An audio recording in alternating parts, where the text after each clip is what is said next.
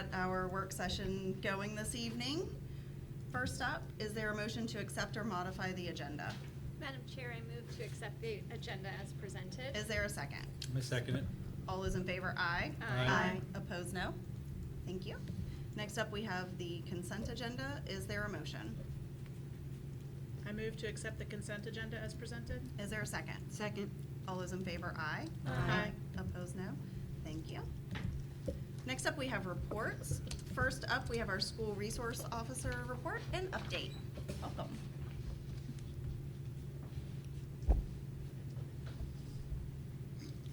Good morning, or afternoon, whatever it is, I don't know. So I added a second piece to the thing late yesterday afternoon. So I did an annual report similar to what I did last year, but this time I compared last year versus this year. You can see we decreased by 57%. I think that just kind of speaks for the positive relationships and things that we've built. Last year we had 280 criminal investigations. This year we only had 120. Overall, we've seen more non-student complaints versus students, but that, like I explained before, that could just be somebody calling in to the SRO or talking to the SRO about it. It just generated that report for that school, and it might not have been kid-related. So that's kind of where you see that number. Looking at it versus race, ethnicity, and gender, all that kind of information's there, along with the breakdown on the side describing what each category kind of looks at when we look at incident report data as far as arrests and summons and petitions. Can you scroll up a bit? There you go. So as you can see, a majority of the things we handled informally, so building that positive relationship, working with the schools to say, okay, well, I feel that this discipline that the school's handling works for us, as well as the parents were handling things kind of internally too. So we had less petitions this year than last year by 80%. So I feel that was a good reduction, just kind of working to make sure that the kids were still being handled appropriately, but not necessarily going through the court services unit. We added 2 new this year, pending and prosecution declined, just so that breakdown can be in there as well. Because sometimes when we do send things over to juvenile intake, it may take time for them to review it, or we may be waiting for parents to kind of get back to us if they want to file charges on a fight or something like that. So I added that pending category in there so that you guys can see it and the numbers still align, so you're not like, well, you had this many investigations and it's not adding up, so that the numbers are fluid through there. And then the other thing that I added was I broke it down by offenses, so we could see what increased, what decreased, and you'll notice, of course, the biggest decrease, of course, was the possession of vape. So that was because of the law change, so that was a huge decline there. Our assault and batteries and fights went down 20%, possession of marijuana, THC vapes went down 48%. So if you look along the categories, threats went down by 76%, weapons by 80%. So we had a lot of decrease in a lot of those categories that were pretty high last year. And again, I think it's just more outreach, more talking on the things, working with the kids one-on-one, and then also just knowledge to the kids, talking to them. So that's everything from school year 2023 and 2024-25. Do you guys have any questions on any of that? I do not. Anybody else? Thank you, and Okay. thank you for presenting it this Oh, way. yes, thank you. you're Yeah, I welcome. love these reports. Next up this evening, we have the May 2025 Discipline Report. Dr. Bellinger.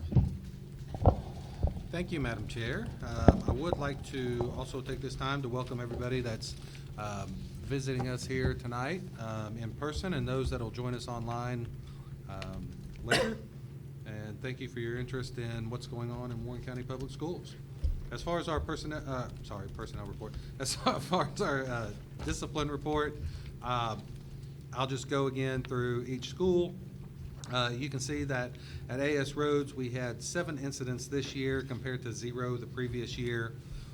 E. Wilson Morrison, kind of on par there. There was 4 incidents in the month of May compared to 6 the previous year. Hilda J. saw a decrease of half. So there were 5 incidents compared to 10 the year before. LFK, there was a little uptick, went to 18 this year compared to the 12 incidents, discipline incidents in 2024.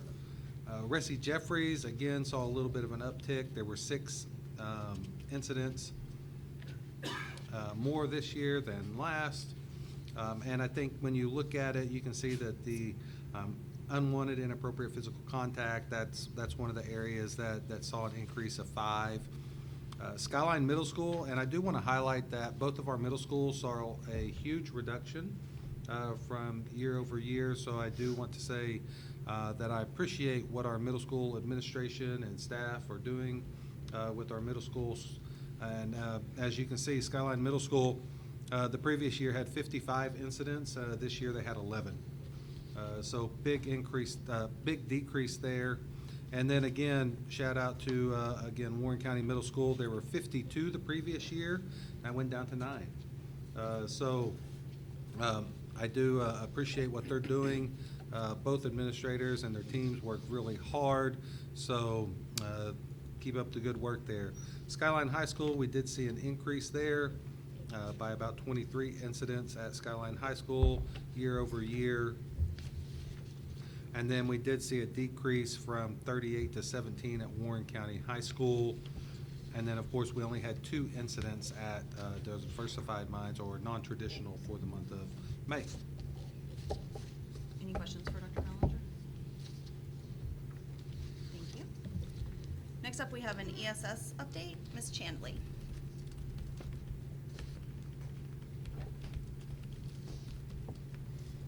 Thank you. I will be representing tonight for our team. They're at our Northeast retreat this week. So any questions that you have that I am not able to answer, please let me know and I'll make note of those and then I can get to those, and get back to you as soon as possible. So we're going to go through the presentation this evening. I know that the guys always like to start with a quote. So a teacher affects eternity. He can never tell where his influence stops. So then we can move on to our agenda for this evening. We do have our May details as well as the rates by month. Some end of year notes. We have our April snapshot as well as our May snapshot. We have our cost breakdown by building as well as our year to date. So then we'll finish up with any questions that you have this evening. As far as the events, I know the town knows of our, big annual event that CNC's puts on. So we were there kind of mingling around on the 10th. We also were at the Explorer Expo Fair on the 15th with the district at Shenandoah University. Great turnout there. I'm excited. We've been to Shenandoah University quite a few times this school year and have gotten a really great response there. Also had an end of year celebration for my subs. Had a really great group this year. They've shown a lot of dedication and commitment. So I just wanted to, give them some sort of, great job. So we did set up a game night for the Cardinals opening game. Unfortunately, that was canceled. There was a big storm. So thankfully, we were able to reschedule to this previous Friday, the 13th. Great, just a way to show the subs that they're seen, they're heard, we appreciate them, and then it gave us that community outreach as well, so we could be in the, in the community. Reaching Out Now, the Student Union has this great summer program that I was made aware of, so I will actually be volunteering. This Friday is the first day, so it'll be that water play day they have. And then I'm going to be going to 2 others in July, so I'm excited to be a part of that and kind of get to know more of the families and hopefully some of the moms, dads that are looking to get back into education or retirees that would like to start as well. So looking forward to those dates. We've got our fill rate breakdown for you then from August until today. You'll see obviously December was our highest. We've got January there. In April, and then we are ending May here at 80%. You can keep going there. So after factoring those building bases, so we're at 80 for May, but then once we drop those building bases in there, we're actually over 99%. So really love having those, that support system in the buildings constantly so that when we have those influxes that they're there to support us. This month marks the third consecutive month with a base fill rate of 80%, so that also has been very encouraging. So that's been great since that's been happening since December.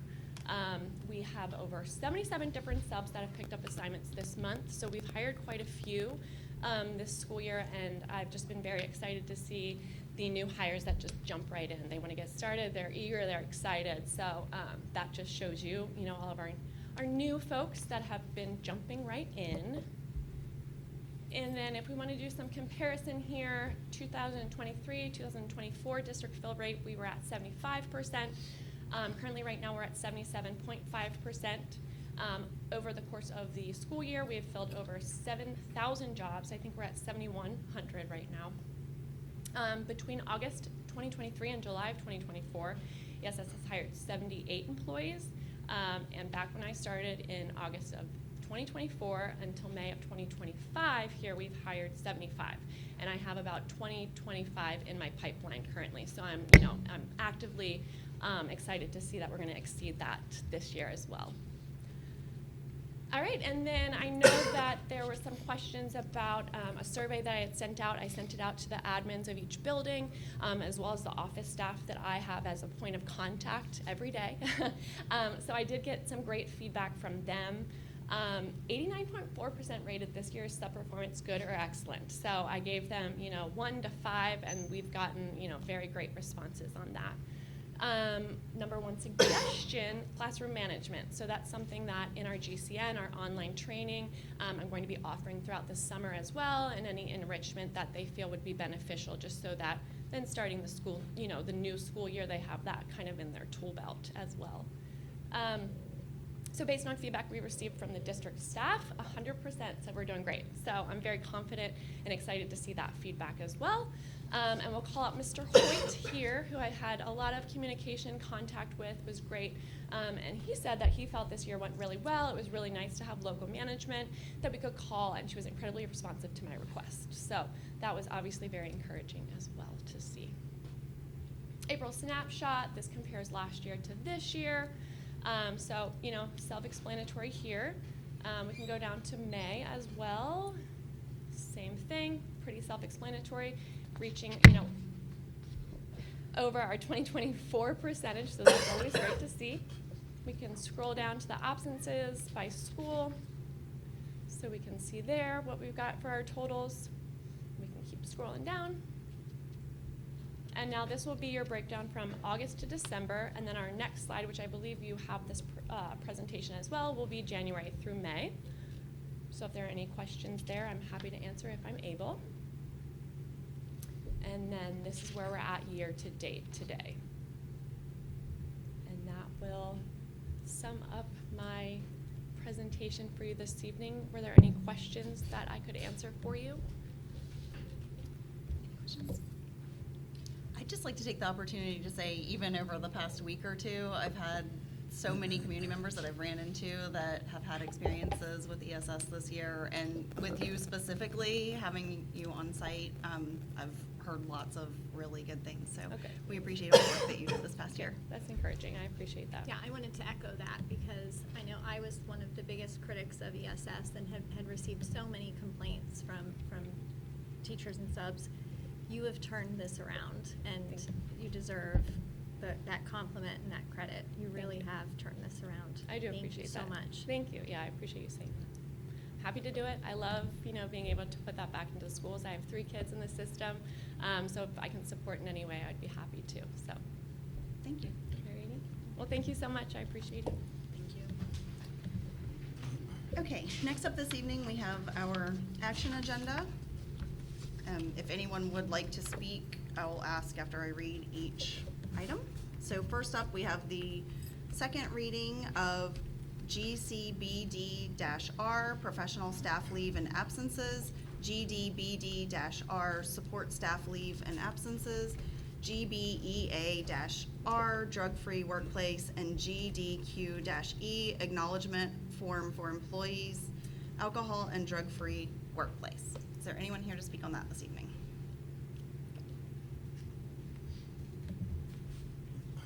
Thank you for reading that. Dr. Costner was like, I shortened mine so we don't have to. And I was like, well, I did not. So Thank you, next time I will. So I will start with our professional staff and support staff leave of absences. This is the second reading from the first reading. The only notations was changing the dates. So instead of saying since 1970, we've done it this way, just put effective now type of language in there. So, but anything additional for our second reading with this? Anything on that? I don't have it as a motion. If there's nothing from the first or second, we are coming up on the fiscal year. There's just some back end work. If we didn't have anything to add or to adjust, we would like to get the leave front loaded. That was recommended within the policy, since July 1 is when we would do that, and our next board meeting isn't until the 3rd. We can still do it. The team is obviously more than able and willing, but just thought I would ask if there wasn't anything additional, or if I'm not missing any steps, if we were okay with that, but if not, we can wait. I mean, I'd be happy to take a motion on that, if someone wants to make it. So we're saying that we're gonna act as though the policy was enacted Yes, and then, now, and then if we were to change anything on the 3rd, I mean, I think our policy actually only requires We 2 readings. require only It two, does. yeah. We just vote on it Yeah, now. we could just vote on it now. 'cause yeah, it's technically it's and only then two. the last thing before that, just to mention, is that we did change in the policy that you would vote every year for the incentive leave payout. So this would, we can still do that in July to vote on, so you wouldn't have to do that. This is just agreeing we'll do it for the fiscal year. So, but if we're okay making a motion for this, that would be great for the team, but if not, I understand, and we can wait until July. Well, or you Yeah. could just add it, you have a special meeting on the 25th, you could add it to that. If you want to give a third reading, that's up to you as a board. Oh, yeah, we Make do that have the meeting decision. on the 25th. I move that policies GDQE, GBEAR, GDBDR, and GCBDR be approved as presented. Is there a second? I second it. Any discussion on that? All those in favor, aye? Aye. Opposed, no? Thank you. Thank you, Ms. Drake. Next up, we have the Memorandum of Understanding for School Resource Officers. This will be the first reading, and I have Dr. Kostner and Sheriff Klein. Oh, is there anyone from the public besides Dr. Kostner or Sheriff Klein who would like to speak on this? You're fine. I'll let Sheriff Klein take the podium if you have any questions or whatever. Again, this is just the first reading. So if there's any additions or deletions after Sheriff Klein speaks, I'll jot those down and work with you. So, a couple months ago, well, first off, I would like to thank the schools, all the administrators of all of the schools, plus Sergeant Duke, on the relationship that they've built in the last year and a half. To see those numbers, I came to the right meeting to listen to her do her presentation and those numbers, and listening to that. Our goals have always matched that. The judicial system does not want all of our kids to go down that path, and whatever we're doing, I think we're doing very, very well. And it brings us to our MOU between the schools and the sheriff's office. A couple months ago, I brought to you a project and a vision that the School Resource Division brought forward to me. And that was so that we could be more efficient and more effective if there was an active threat in our schools, that we had the resources there and we had the actions, and we're able to take those immediate actions immediately. So that was kind of worked out throughout the months. This is where I didn't want to be, which is at the end of the budget cycle, because I have money set aside for this, but this is where I ended up. Dr. Ballinger and we try to meet every single month. And what we decided and agreed upon is that we would put, rather than having a separate directive, we would put everything in the new MOU that we would sign. So in this new MOU is the part where we would, the responsibilities of the sheriff's office as well as the school system for putting equipment and storage capabilities inside the 4 secondary schools. So I'm kind of asking, I talked to a couple of you, individually, and feel that there's a lot of positive on this section in particular. I have a little over $12,000 worth of equipment that I do need to purchase in order to get this in this budget period, as well as get the schools and work with them to get it installed, as well as working with Sergeant Hyduke and her crew to get trained on exactly how we would make this happen. So there's a little bit of both on that, is that I need to know a direction to make sure that I'm not buying safes and breaching equipment, for this unnecessarily, that I'm gonna put in a storage unit. But also, we have a new MOU. I did tweak it so it looked more like an outline, so that we can go over sections and specifically, and page numbers, if there were any questions in the MOU. I just cleaned it up a little bit. There was a few typos there. The only things that really changed were that we added in, so they weren't all these separate documents, was the equipment putting in the school, and then our agreement when it comes to Power School and access to our SROs. So I don't know if you have anything to add, or if you have any questions for me on this project and the MOU between the schools and the sheriff's office. I think just for anybody listening, could you just touch really quickly on the Power School access? Right. So the Power School access through Virginia code, and the code is actually in here. Sorry, I can't see without my glasses on here. Is certain information can be given to the SROs. We came up with an agreement that only our SROs would have responsibility to certain limited information for Power School.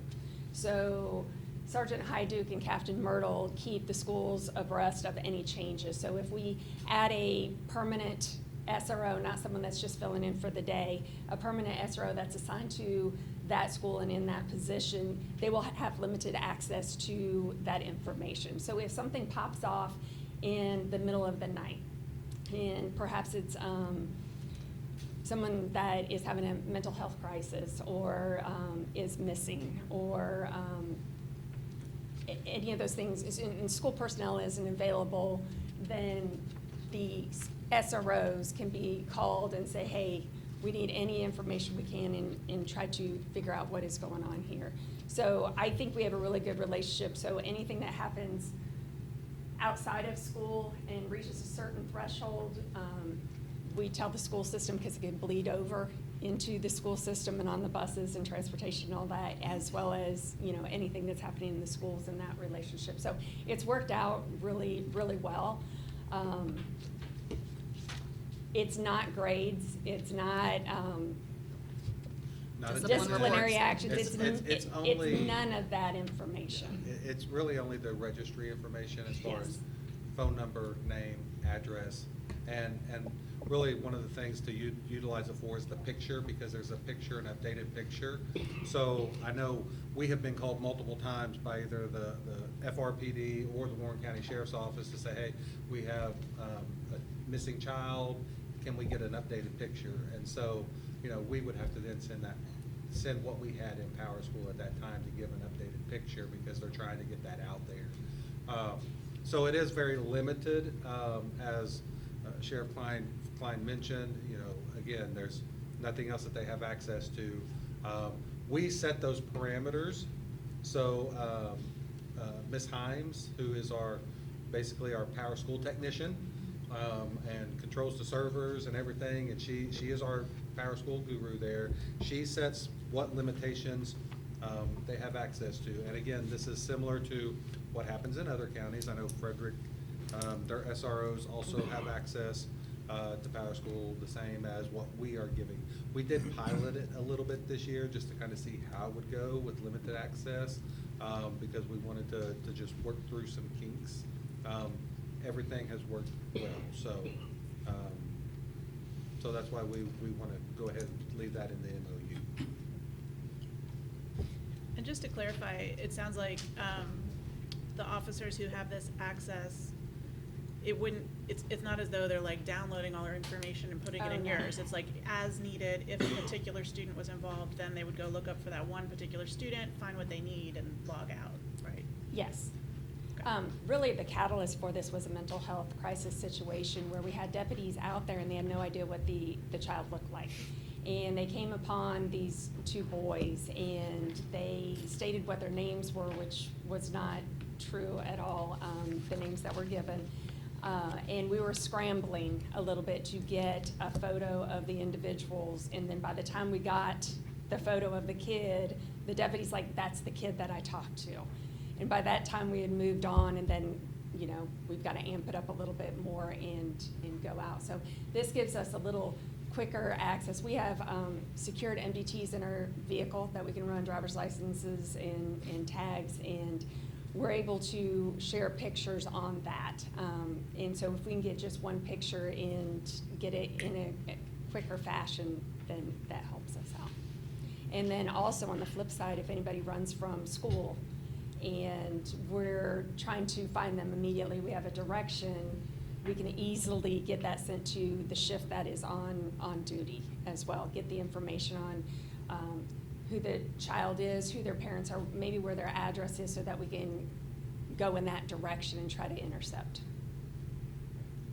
So this is, it sounds like all, correct me if I'm wrong, it sounds like it's all the same information we would provide We them would with provide. anyway, it's just they're able to get it quickly.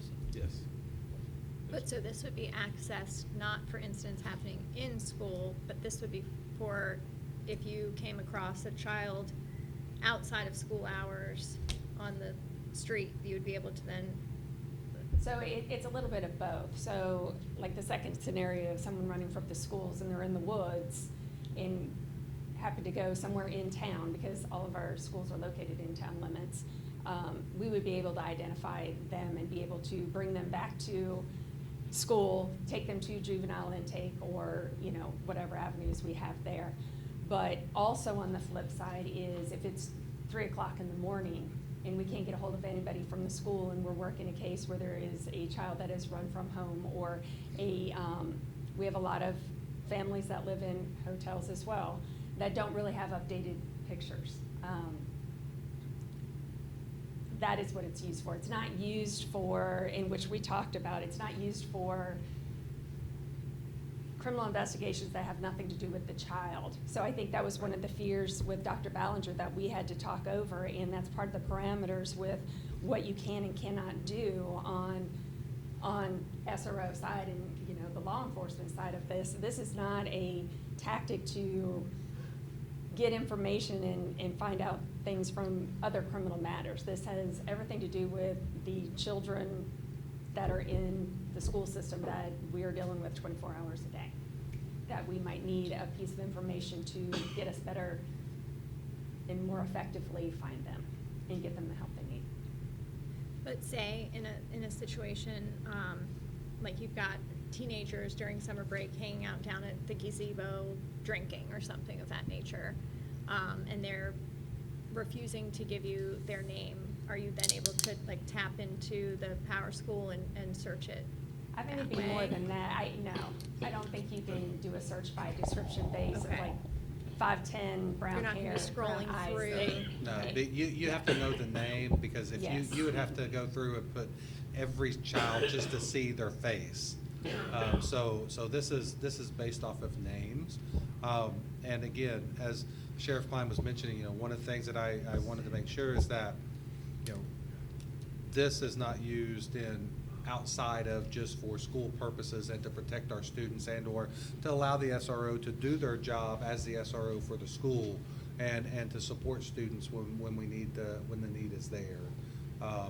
And I feel comfortable where we're at with the conversations that we had and kind of how we've laid that out. So I'm And there's very- an audit system, if I'm correct, that if there's any wrongdoing, that I am to be notified immediately. So there's an audit of people, users that are logging into the system, as usually with a lot of technology and software and stuff, so.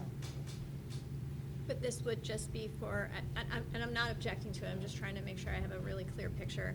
So it would be just SROs that could access it, or it would be all deputies and Only town police. SROs. Only the Only SRO, SROs. only Okay. the permanent SRO at that school. So if they have one that's just coming to sub in for a day or two, Right. that one does not have Okay. access. Okay. So it is only the permanently assigned SRO at that school, Okay. who is there every single day with the staff and with the students, and interact with the families. Can I also add that the schools that they're assigned to only two, myself and Kathy Arnold are the only two that have district-wide.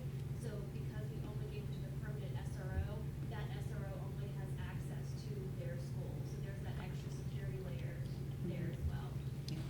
Which kind of is very similar to each principal at school only has access to, I'm guessing, their students. They don't have access to the whole county. Are there any additional questions or changes to this MOU this evening? And then what are you looking for specifically this evening? Like basically a just consensus of approval for the purchase of your items, I imagine? Yeah, this went a little bit longer than what I'd hoped, actually. I don't know what your procedures are with approval to allow us to put this equipment in your schools. Our staff and administrators and staff from the schools really worked on this to hammer this out on what would be most beneficial for both. One of the caveats was leaving ammunition and a rifle in the schools in the biometric safes. And why not just take the ammunition out every single day? That is something that you have to bring in. We have protocols put in place for the training, is that there's a daily inspection of not just the safe, that it's in working order, but also the contents and everything there. And at any time, the sergeant or the captain or myself can go in and do a random inspection. So there's a daily inspection that we put in place on that as well. And then we also have already purchased the cameras that are to be put outside each SRO door according to the MOU. And I know Mr. Stefanoski was talking about getting those installed, and I believe Dr. Costner said that he would go pull wire for him to help out. Did you say that? So, Thank but anyway, so we do have those cameras ready, because that's part of it. We want a camera outside that.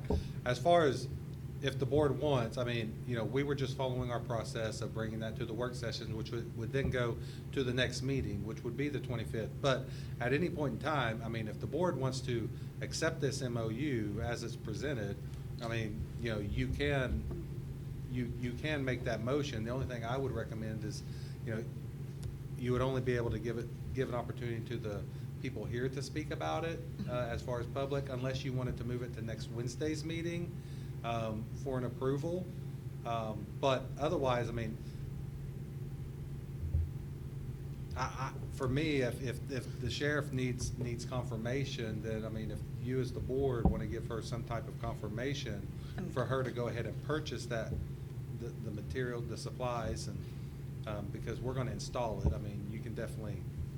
So I think we were in favor of it when we heard about it at our main meeting, and so I think we could just say by consensus that, yes, we're all gonna be in agreement, but we don't have to approve this MOU just right now. So I think if we're all good with just saying, yes, we are okay with having those in our secondary schools, so that you're not tied up with not being able to purchase them within your budget. I'd definitely like to get the purchase order Could we in. handle it like we handled the metal detector, where we gave the approval to go ahead and purchase and install, but then we still had our readings for like the policies, so then we could take a vote right now to go ahead and say she can go ahead and purchase it and install it, and understanding that people will still have a chance to speak at the next reading of this.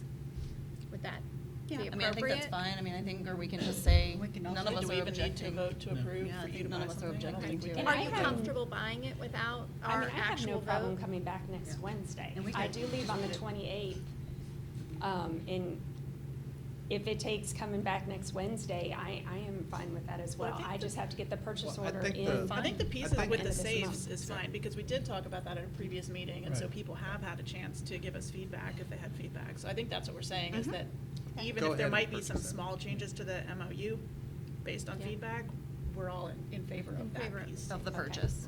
That will make Captain Yes. Brogan very happy. So we have a go for the purchase of your safes and Right.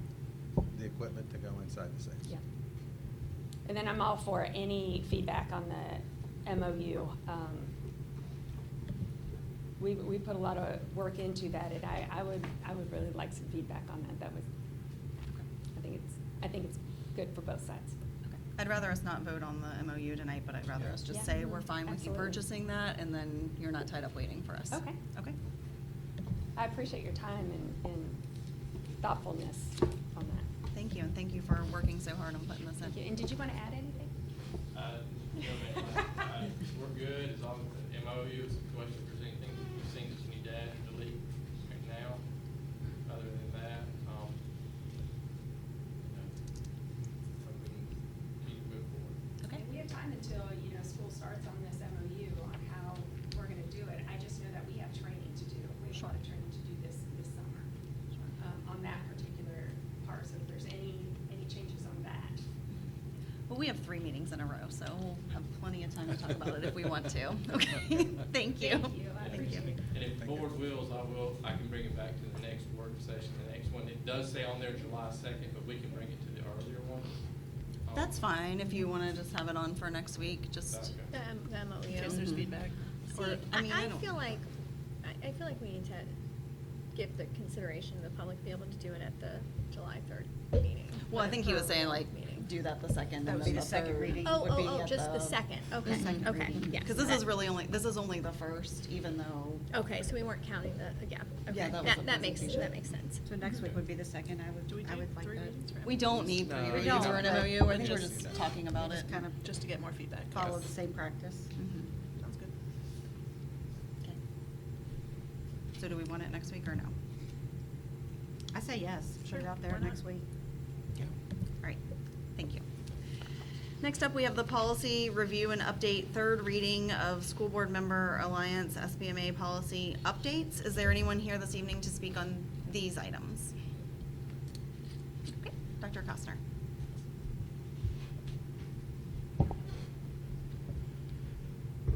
Thank you, Madam Chair. Board,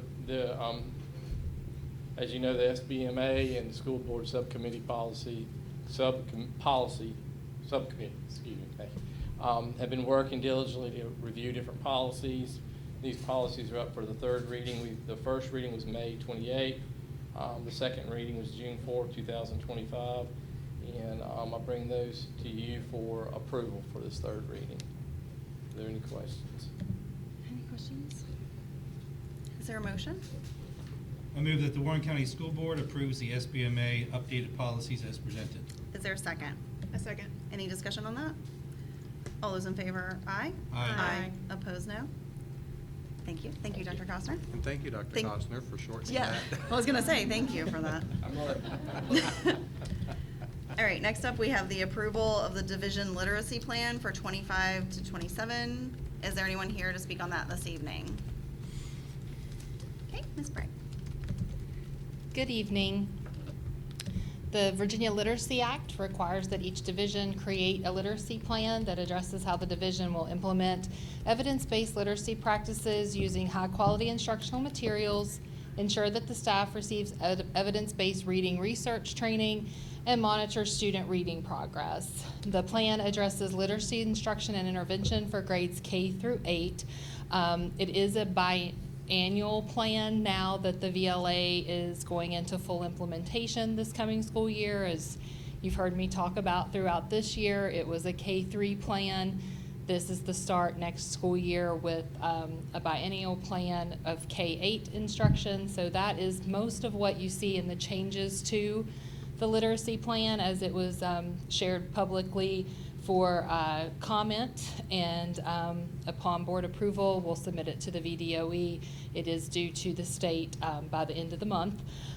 So the changes that were primarily instituted in the literacy plan were to include our supplemental and intervention materials for grades 6 through 8.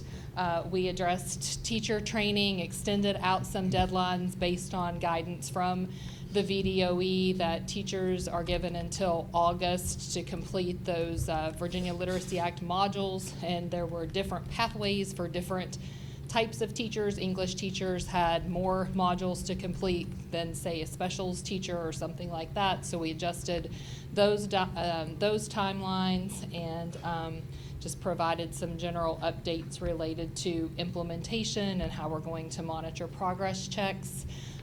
We're going to be using a different system for monitoring our reading plans next year.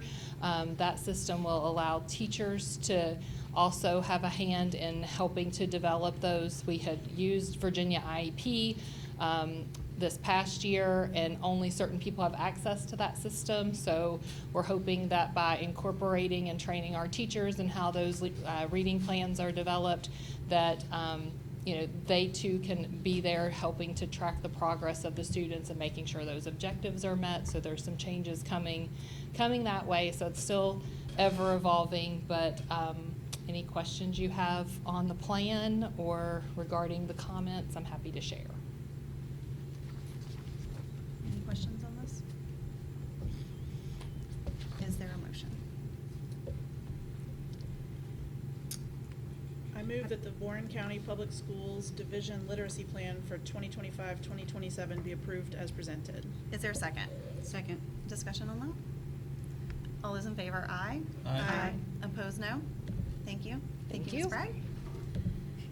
Next up, we have approval of updates to WCPS local plan for the education of the gifted 2021 to 2027. It's going to be Ms. Bragg and Mrs. Walton. Is there anyone here to speak on that this evening?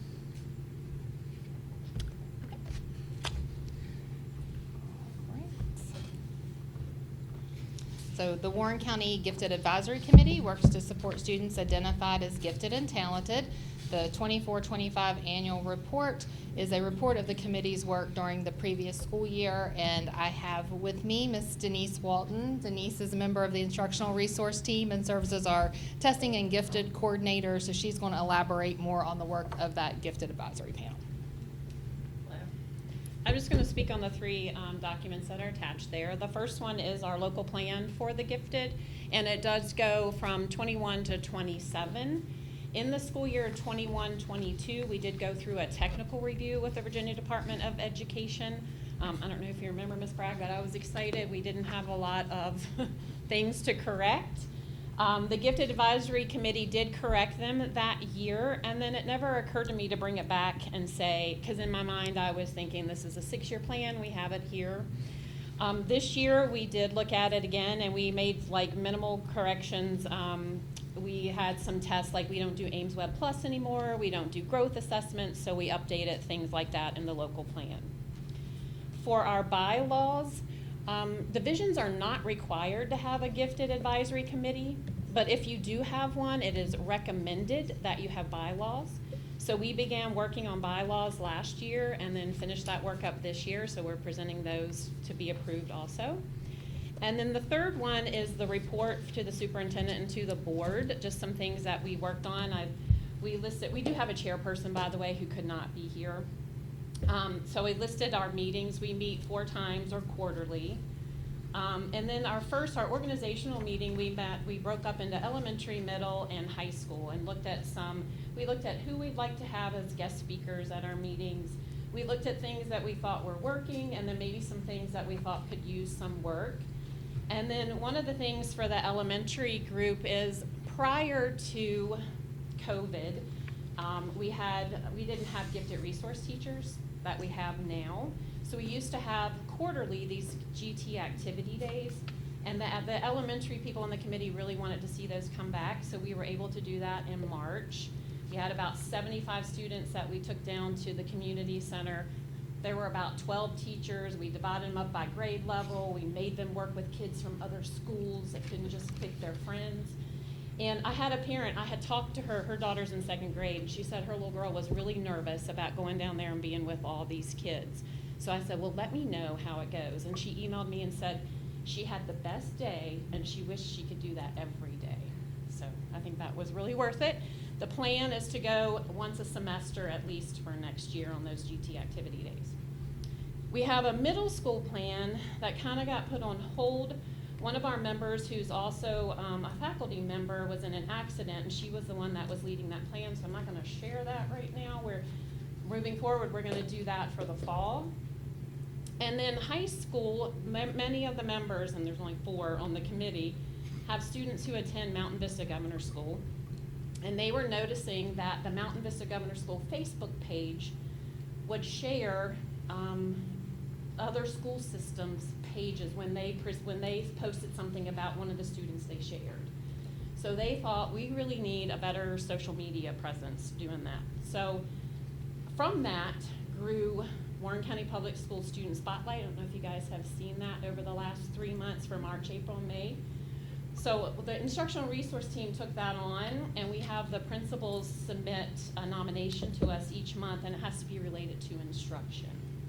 So that's where that came from.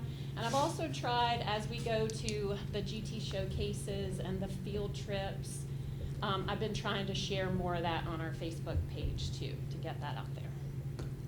That's all I have. Do you have any questions for me? I think the only question that I have is, I don't know how it works in the secondary schools, but I know at the elementary schools, we get a lot of supply requests because the elementary students they use a lot of consumables for their gifted work and projects that they do. Is there a budget set aside separately for Part of that, I program? think, there's only 2 GT resource teachers, and they have a homeschool. And I think they were only using the money from there, and now we have a plan. They've reached out to the other principals, and they will be getting a supply there too. Okay. But I think it was just like maybe some miscommunication or not understanding completely. Okay. Any other questions for them? Okay. Is there a motion on this?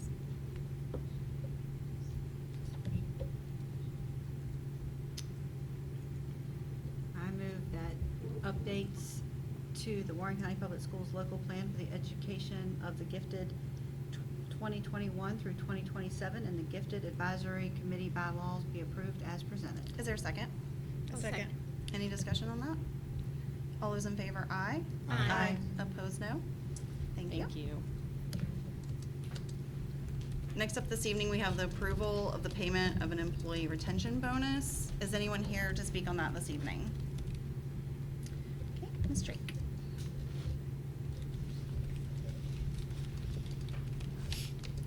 All right. Good evening. So on April 23rd, we did have a meeting. We talked about the retention bonus, the state funding that we were getting, and then to get the bonus at kind of a nice amount, if you will, some local funding that would needed, so that way it was not just for the SOQ positions, but it was for all Warren County Public School full-time employees. And so from that, to include our resignations, separations, things of that nature, right now we do have 709 employees qualified for that. So taking that gross amount with FICA, dividing it out from the 709, we can actually bump it up a little bit to $765 per employee, so $15 gain. The only thing I would like to add to this is that we still have some open positions for our student support coaches and IAs to apply to a locally funded position.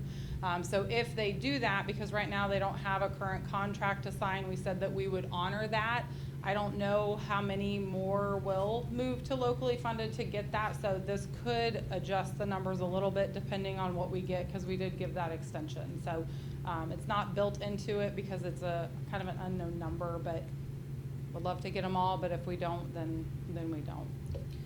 So basically, you're just saying that if between now and the end of June, the people that are not accounted for here take another position. You just want it to be that you can give them Correct. that same Yes, retention I would just bonus. don't have that, and for payroll purposes, to get this paid out for this fiscal year by June 30th, our payroll specialist would love for the approval, so we can actually get that out, otherwise we'll miss our deadline for the payroll.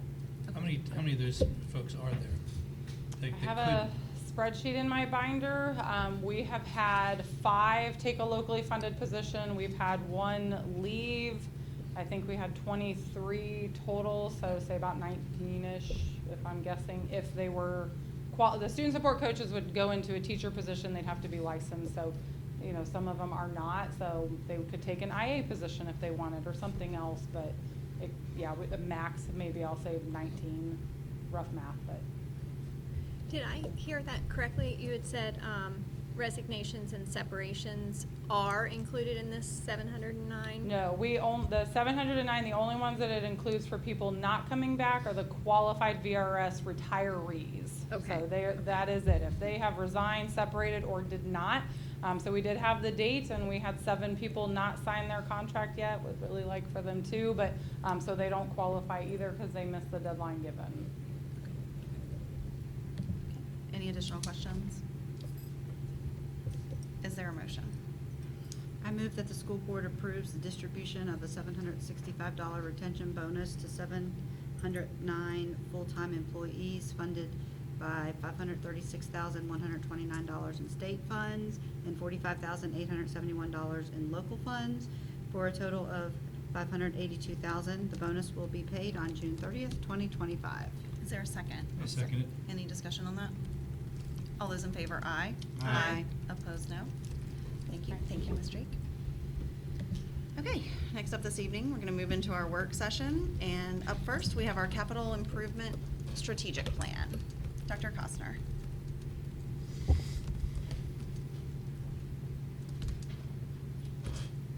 Thank you, Madam Chair, board members, and just to let you know, I have been in communication with maintenance right now to check on the air conditioning to make sure that it was set on warm, so we have dropped the temperature to get it a little bit cooler.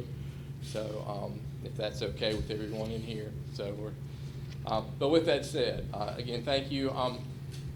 What you have in front of you that you've seen is our capital improvement plan. Last year, as I remember, we made the presentation, we had a discussion. As a matter of fact, Mr. McFadden, I remember you highlighted another county's one that they had, which is still a very nice one they have, but the program they used was paid for. So we tried to put something together. It's a lot nicer through the help of Dr. Ballinger. We compiled it to put it together so that it's more user-friendly. And maybe one day if the fundings are available, we'll be able to buy that actual program that does it as like a flip chart is what it was. So, but I did want to kind of hit the highlights to explain the capital improvement plan to you all. If you have any questions or suggestions for it, please let me know. I felt that it would be better not to go through each slide, but just kind of hit the highlights. For example, I'm jumping to slide 10, I apologize. When it talks about the school, this one, like E. Wilson Morrison, it gives a little bit of history. It talks about when it was built, but also, if you'll notice, it has in there when the renovations were completed. So it does have listed on there in 2024 when the auditorium was completed. And one of the things I'd like to share with you all is we're going to touch on some capital improvements for this year.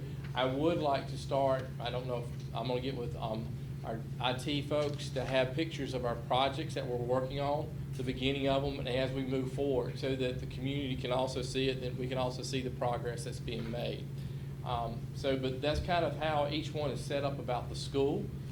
Gives a little bit of the history, and then, things that are taking place. Then, as I move to slide 22, there is the capital improvement I request for this upcoming school year. And I know that the budget situation is challenging, but we still wanted to put these on there. For example, the 3 main ones that we were looking at were the our MACC control energy management system, the shingle roof at Hilda J. Barber, and then also the tennis courts. And the tennis courts, the renovations for those, you'll be hearing more about those because we're strategizing how to come up with ways of actually, through grants, through having different proposals to see what we can get accomplished. So that will be forthcoming.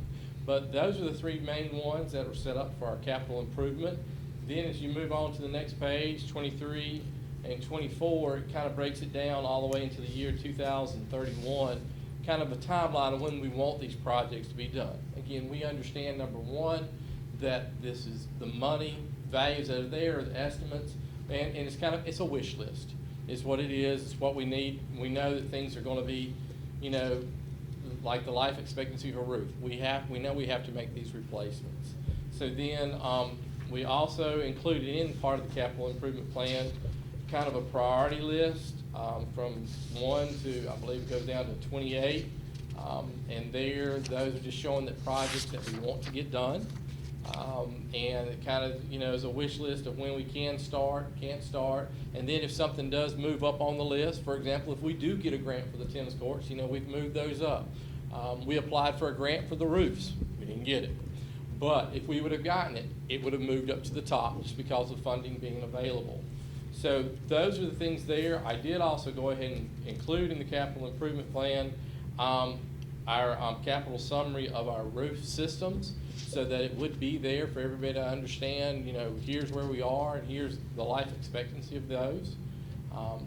Going on to page 31, it talks about just basically our preventative maintenance plan that we put in. And that's kind of a real quick summary of the capital improvement plan that we put together. One of the things that I would like to also add, just so that you can have it on your mind, is that our buses, our bus transportation, the life of our buses, you know, we had a turbo blow. And as I was told just recently, it went to the mountain. You know, where we might still be able to scrap it for parts or some of the things, but when the engine blew, when that bus had to be sent to the mountain. So, but I did want to make you all aware of that. But with a capital improvement plan, is there anything you would like to suggest or see that we can continue to work on? I'd like to see more about how we are budgeting and saving to achieve some of these projects, because I know we've heard about the tennis courts last year, heard about them again, but at least in my household, when we know that a repair is coming, we'll start putting some money away. And is that something that we can be discussing with the county? I know we've had I believe, and Mr. issues. Valentine may be able to be a better expert to help me on this. Okay. And is with, you know, I understand setting aside money ahead, because I know that if money at the end of the year goes back to the county, we have to ask the county to reappropriate it back to us. Right. So yes, ma'am, it does take a good positive working relationship with them if we can, you know, set that money aside to say, you know, this year we were able to hold back off on, say, $15,000. And then we could, it will go back to the county, we could ask the county to reappropriate it back to our capital improvement plan. Am I saying that correctly, Mr. Valentine? Right, the unspent funds at the end Yes, of the ma'am. year come back to us, but I don't think that's sufficient. It's Yeah, not well, and enough. really, the unspent funds don't come back to us. What we have done, in some cases, the county has appropriated it to us, but they've held it on their side in their capital improvement fund and released it to us as the bills came in for approved projects. The last one being, the major one being LFK, and then the auditorium at D. Wilson Morrison. So, no, we really don't have an ability to do that unless the county were to appropriate funds to our capital improvement fund and allow that money to flow into our fund over a 4-year period, if that's the period of time it's going to take to build it up. And quite honestly, the textbook fund's the same way. You know, we can look forward and see that we're going to need to do an adoption 3 years down the road, and it's going to cost X amount of dollars, so we put X divided by 3 in for 3 years. But unless we receive the funding to do that and the money appropriated and transferred to our fund, we can't do that. Could we get, I know we've talked about getting the insurance conversation going, but I think we've reached the point where we need to have some conversations with the county about how we do that and about setting something like that up, where they are appropriating money into a capital improvement fund with our list of things that are upcoming, and then the other issue, and I know I have kind of harped on this a little bit, but the meals tax, 2004 referendum vote, our citizens voted to add a meals tax, and as the referendum read, it was to be used solely and exclusively for capital improvement projects for the schools.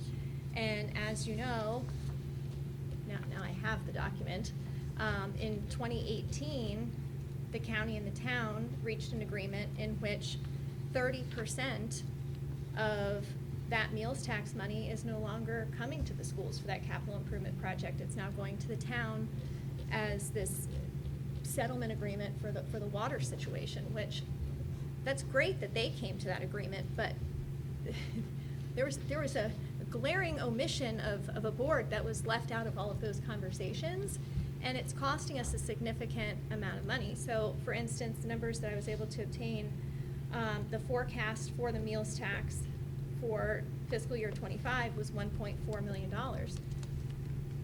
We're losing 30% of that right off the top to go to the town. I think that we really need to consider maybe having the building committee meeting with the two supervisors discussing this, because this isn't our debt to pay. And clearly we're seeing since 2018 that this is having a negative impact on keeping up with the maintenance of our school facilities. Is that something that we could agree on, starting a conversation with the supervisors and Yeah, I mean, I think that would be good, and I think it, just as Mr. Valentine was saying, having some sort of account where we can keep track of our capital improvements. Yes, and it would We be do have completely an account. visible, it Right. would be audited. Right, of course. The county would always know what's there. I mean, so, you know, it could benefit them if that allows them to budget too, instead of hitting these peaks and expenditures in one year and things like that. So, yes, I think that would be great for both bodies if there could be some type of agreement ironed out on that. Madam Chair, do you think we could add that to our facilities committee meeting for next week? Yep. Thank Sure you. can. Thank you, Anything? Mr. Valentine. I appreciate your interjection. Any other questions for Dr. Costner, comments? Thank y'all. Thank you. Okay. Next up this evening, we have an HR presentation. Ms. Drake?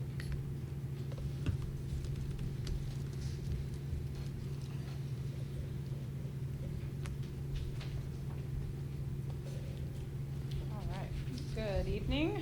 Just kind of a year in review. Since being here in September, we've made a lot of headway. We've got a lot of plans for next school year, so really excited for that. So just kind of table of contents is meeting the team. I talk about them, I think, here a little bit and helping support them, small but mighty.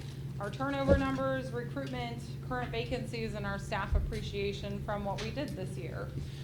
So I think when you meet the team, knowing that HR is in every aspect of our schools, we're not educators. However, we support our greatest asset, which is our educators, which is our support staff. And you know, we help with the recruitment, we help with retention, we help with benefits, we help with payroll, we help with, you know, life incidences that happen. And we really have to be involved to empower, you know, our employees who make us so great. So really support the team and everything that they do. Really appreciate our administration who allows us into the buildings as we just kind of roam the hallways to talk to people and you know, welcoming us in. So they went to the Apple Blossom Festival for a nice little HR meeting. I was not in attendance, but it kind of worked out perfect for them. So Maria Bolton is our benefits specialist, so one and only. So anytime anybody does their benefits, they are going to her. They have a life-changing event, short-term, long-term, FMLA. She is it.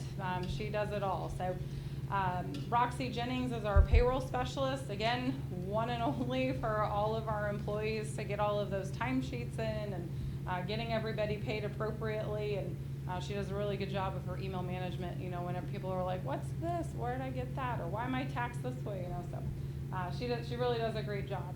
Teresa Adams is my administrative assistant to HR, so she helps out with a lot of items, lots of things that I can help pass over to her. And she's been doing some training into Power School to help with our recruiting process and make it a little bit more fluid, so appreciate her as well. And then Kendall Poe is our Deputy Director of Finance and HR, so we do have a lot within finance. She actually has been supporting Roxy in payroll, so again, Roxy is one and only in payroll, and if she left, you would hear a lot from employees not being paid, so it was kind of nice to do some cross-training with her as well. She does a lot with our licensures and has really been teaching me since I've been here what that looks like. We have a goal for our IPALS report to be 100%, so she's done phenomenal things and is really a jack of all trades here. So great team and everything that they do. For our turnover, so we did get a little bit more feedback, had presented this at our principals meeting, and however, with a few more people exiting or retiring, do wish them well, but we would like to highlight Blue Ridge Tech in our IT department, who had 0 turnover for the entire year, which is great, and AS Roads, in comparison to staffing and how many employees they have to how many have left, had the lowest resignations. They did have a lot of retirees this year, but those don't count in. So kind of a high level, we averaged about 743 employees all year. Now that does flux as people come and go. However, we had 84 resign. We had 16 retirements that we are celebrating, so that's really exciting for them in their journey, leaving us at 11.31% for turnover. I'm still trying to find some really good numbers for Region 4 on where does that compare, because this is holistic. So next year I want to break it down by position and school, so that way we can kind of see like where do we average with teachers or support staff and things of that nature. But we did have 68 employees do our feedback survey, so we want feedback on why people are leaving. So of the 100, because we do allow our retirees to do this as well, of the 100 we had 68 give us that feedback. So we'll dive into some of that feedback. I think anytime you come in somewhere, people highlight the good and they highlight the bad, and I was kind of prepped for doom and gloom, and when you get the data, you're like, oh, like we're not that bad, like what are you guys talking about? But I think it's that kind of that positive discontent. We can always do better, right? We can always have better benefits, we can always have better pay, we can always, so people want that, and that's great feedback on what they're thinking. So overall, we had good or excellent in categories of sick leave, health insurance, and personal leave. So that is wonderful. We did have some mixed opinions, as reflecting. We do offer Allstate. It is 100% employee paid, but it is an offering. We didn't have a lot of people, say good or bad things, and that might just be one, they don't know about it, or two, they don't take it. So, my goal would be maybe educate them a little bit more on some of those things that you can have for supplemental insurance, and just communicating those a little bit better. The next slide is our compensation feedback. So the majority of our exiting employees did retirement as good, even though we had a split between excellent and fair. Salary was most commonly received as a fair rating. However, combining good and excellent, the overall satisfaction with our salaries really was the majority. So I know I've heard, we have neighboring counties and they will pay more, but, people leaving, it might be due to money, but they still think our scale for where we are is overall good or excellent. So I think that speaks volumes from some of the things we've heard. But again, positive discontent, we always will want more in our paycheck. So I understand that. And then as far as we had a lot of no opinion to our tuition reimbursement, so that could just be maybe they're not utilizing it, and that's fine. However, I really want our employees to know this is a great benefit for them. It's $1,400 annually if they're pursuing their degree or an advancement within their position. Would love to get that to them as well. All right, and then overall communication, and again, some of these for next year, we're kind of going to change the questions and what we're asking to understand why they're leaving a little bit more. This section I will like to revamp a little bit, but from what we have now, so as far as like a comparison for next year, it might not be apples to apples.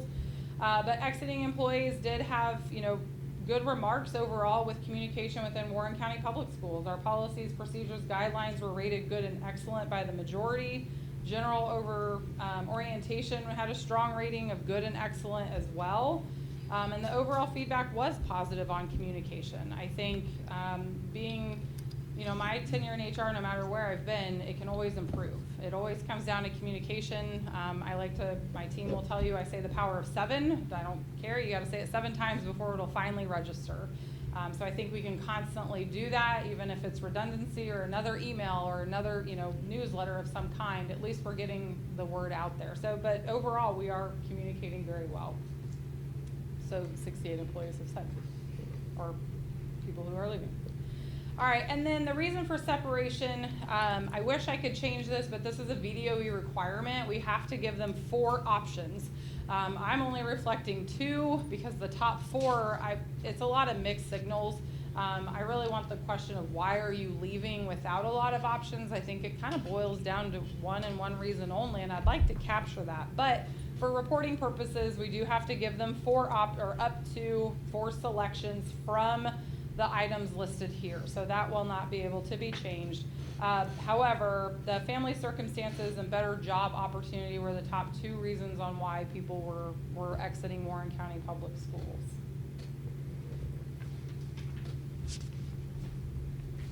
All right, as far as our recruiting efforts, we went to a lot of different places this year, which is really good for, myself to see. I've been to a lot of events, but it was usually for, business-minded individuals, and so now this was specific to our educators, which was great. Next year we are gonna we're gonna do an ROI. I wanna know when we went to JMU, when we went to Liberty, when we went to Radford, like how many applicants did we actually get and hire? Recruiting events are not cheap, they could be, Shenandoah is only $60, that's usually unheard of, but most of them are between $600 to $1,200 to attend. And that's for 2 people to go, and you get a table and you bring everything else. So then we're spending money on trade show goods, right, to kind of capture that. You do get a list of the employees. We've emailed several of them just to say, hey, don't forget about us, or you're graduating soon, come check us out. So that list is nice to have, but we do have a lot of people within our office, especially our IRT team, that have outreaches to schools. We've got a good MOU in partnership with JMU, Liberty University, so hopefully, we'll continue to get those lists to reach out and attend their events still. But we did go to PERC. We went to our own career fair day. We went to the Winchester Community Career Day. And so again, I just kind of want to see our ROI and what applicants are we actually getting, because it's a lot of money to spend to go. But it is good to build that relationship and have that presence there at the school. So we took a variety of people with me. I think it's good for our admin to go out and see the fresh faces coming in. At our principals meeting, we just talked about Gen Zs entering the workforce and what attracts them. We just kind of have to change how we attract our talent to come in. So anybody that wants to apply, we are still hiring. We're on Handshake, we're on Indeed, we're on LinkedIn. We've got our own careers page as well. Which does go to our vacant positions. Since I put this presentation together, we've hired 4. So go ahead and mark that down to 48 employees. But this is just a high-level overview of everything that we do have open currently. We have a great partnership with ESS. 3 people that you'll see on the personnel report tonight were from them. So it's nice that they are in our schools and working with us, and then we can now, at no cost, hire them over to us. I know Amy's already left. She might cringe a little bit, but appreciate, at least, we get to kind of trial and error, like, hey, do you like us? What'd you think? And they want to come to us, and I think that also speaks volumes. So, but would love to be 100%. I'll take 98, we'll see. But here's our opening, so please apply now. And then the last thing for HR, actually I have one more thing not on there, just for I got the survey results and wanted to share that tonight. But we did do a staff appreciation. I will call out Maria Bolton. When I came in, she's like, we hire DECA, And we support them in getting lunches to all of our staff. And I'm like, yeah, that's a great idea. And then she gave me the bill, and I was like, I see what you did there. But it was a great idea. The staff really appreciated it. They got to sign up for what they wanted. We it's kind of recirculating the money into the DECA program. They did a great job. Got our orders accurate. The staff appreciated it. We appreciate them. And it's just nice to be able to go out and see them and do that and kind of give back to our own students as well. So shout out to Maria for twisting my arm into that as well. So I do appreciate your attention on the presentation. We did talk about our sick leave payout within our policy, but then also the feedback we had asked at a board meeting. By the time I got all the surveys back, I did not have time when it was posted to put that in there, so I apologize. So just some questions that we asked was, how satisfied are you with the unused sick leave program overall? We had 62% say satisfied, which I think is great. Very satisfied was 13%, dissatisfied was 17%, and then the remaining was very unsatisfied, or very dissatisfied, excuse me. So overall, very satisfied with the program. Do you feel the payout amount fairly reflects the value of unused sick leave? So, our support was $50, our professionals was $100, and it was a scale of 1 to 5, and 58% gave us a 3. So they were kind of right in the middle. It was good, maybe not good. 13% gave it a 5, and 17% gave it a 1. And then how clearly was the unused sick day payout policy communicated to you at the beginning of the school year? Unfortunately, it was a 48% on somewhat clear, 24% very clear, but 17% was not clear at all. So overall, it was somewhat clear. I do think we've said that we need to improve upon that. I do not disagree with that 48%. But then also now I think having the process that we're voting on it to get the communication out with the deadline will help us in that process. And then this question, did the payout program influence your decision to avoid using sick days unless absolutely necessary? And 72.4% said no. So it did not influence them at all. So thank you to them. They were going to be committed regardless, and they got a nice little payout from that. But 27% said yes, it did. And then do you feel that the incentive program supports your overall well-being and work-life balance? Again, number 3, or out of a 1 through 5, 5 being the best, 46% gave it a 3. So I don't know that we pushed the needle one way or another. We got kind of the, we're doing all right. But again, I like to call it that positive discontent on what can we do better, and it sounds like communication overall. And then as we move forward into the years, what can we adjust to bump us to doing a little bit better. But wanted to share that feedback since I had gotten the results in. That was paid out to the employees who qualified on the 13th as well. So, could you repeat how many people responded to that survey? I missed it. Well, 52 qualified and 29 responded. Okay. So I tried, did reminders, was kind of giving, trying to get them to the last minute, but they're also not here and probably enjoying their summer and not looking at their emails, so I do understand that, but we did get 29 out of the 52 responses. Could you email that to us, please? I can, yeah. Thank you. It's I just did it from our Google form, so I'll make it look a little nicer, but yeah, happy to. Thank you. All right, thank you. Any other questions, Yeah. comments? No, very good presentation, thank you. Yeah. You're very welcome. Thank you. Okay, next up this evening, we have the discussion on policy services. So just a little bit of background on this. As we all know, as board members, setting policy and hiring the superintendent, these are our primary roles. So once we voted to leave the VSBA policy services, we had some discussion at that time on how we were gonna bring in new policies. We talked about our attorney, we looked at the hourly rate. It was, I don't even have that on here because it was just very expensive. That's basically what a summary of that was gonna be. So we have not had any sort of policy services for new policies that are coming out. So you'll see us approve, discuss, do our 3 readings. Those are mostly policies that are being brought forth to us by Dr. Costner, Ms. Drake, whatever department needs something. And so sort of long story short, our directors, our administrators are asking us, requesting, begging us to take on a policy services because we are lacking in that. We are leaving ourselves open to liability, not being compliant. Almost a year ago, we had discussion about going through all of our policies. We had the very same similar discussion with, are we gonna use our attorneys?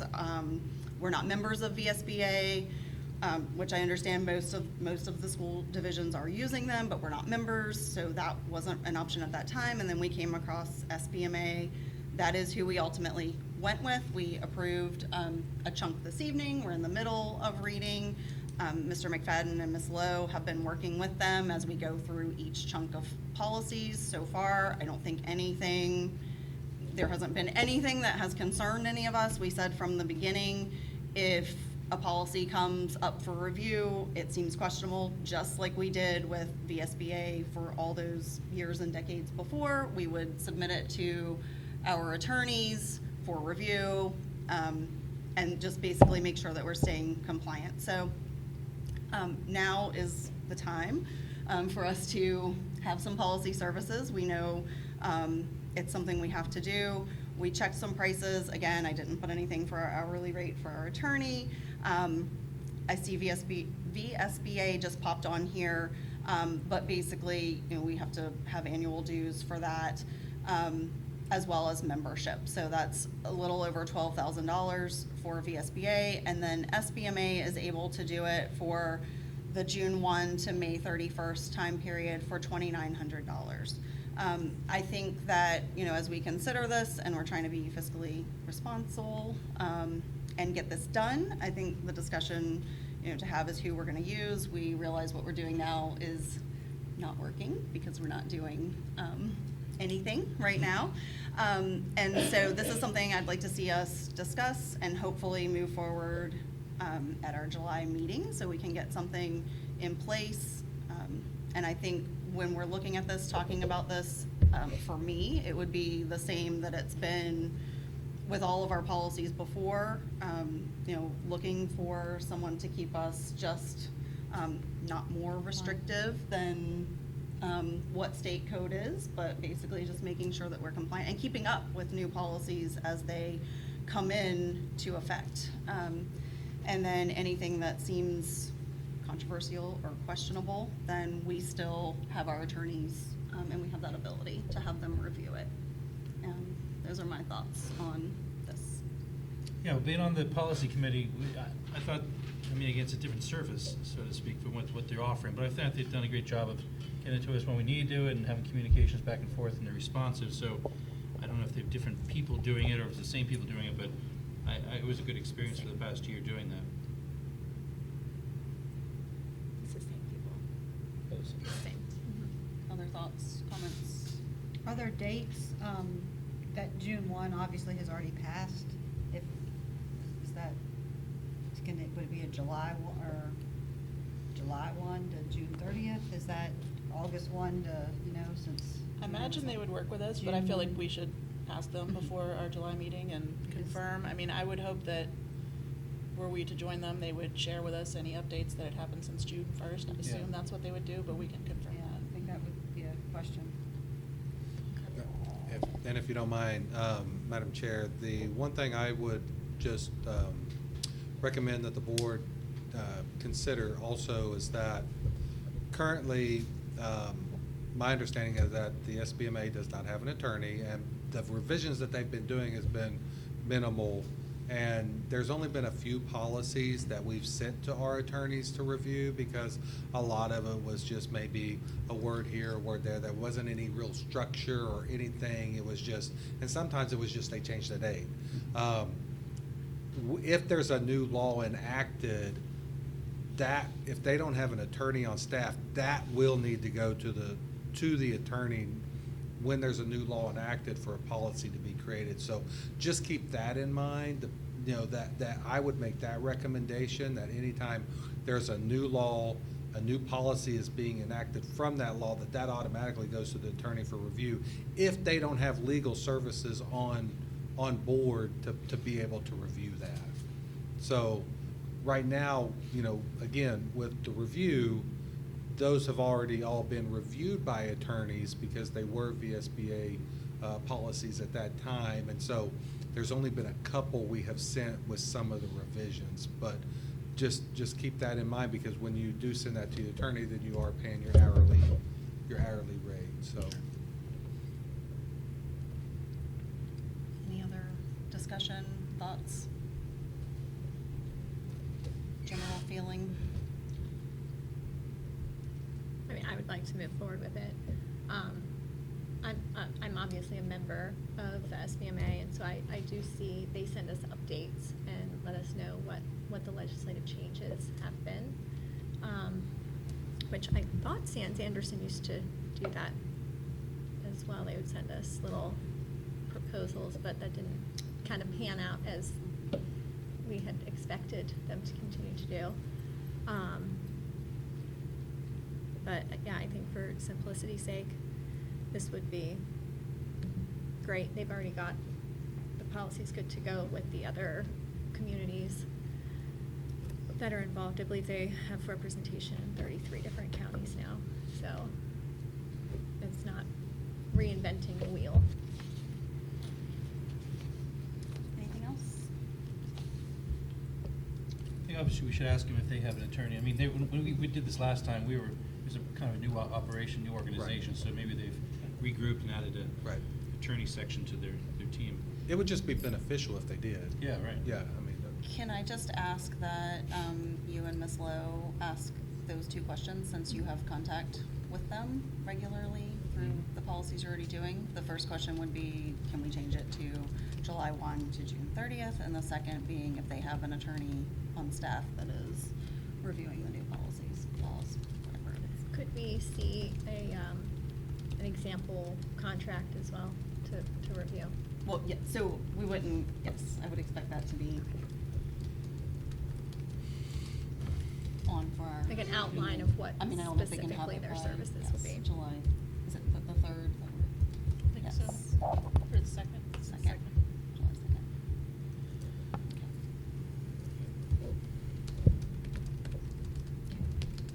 Okay.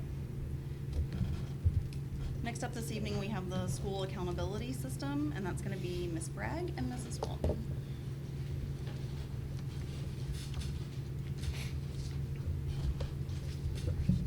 Good evening again.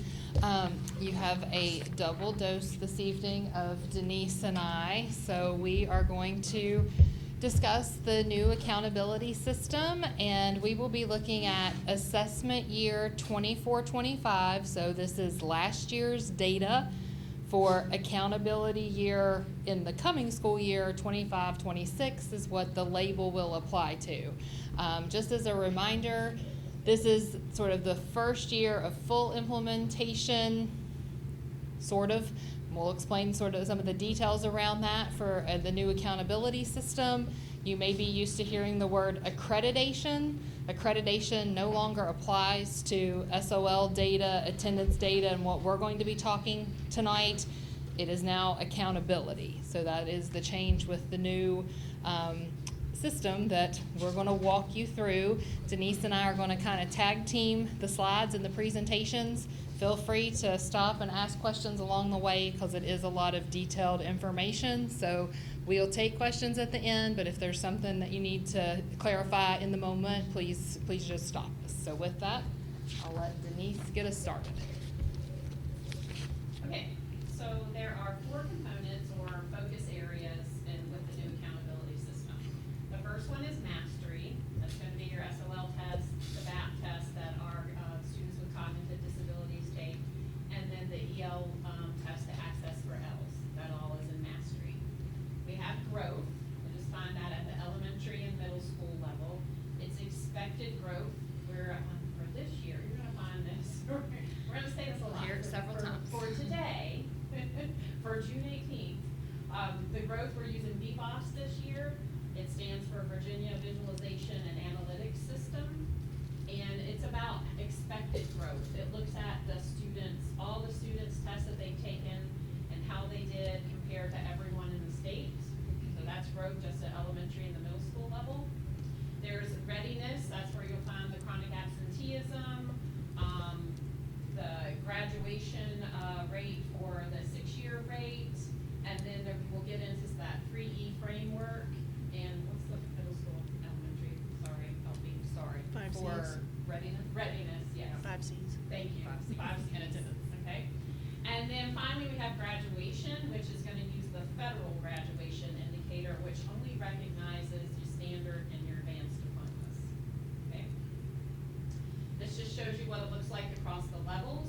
All 3 levels have mastery and readiness. You can see the percentages change at each level.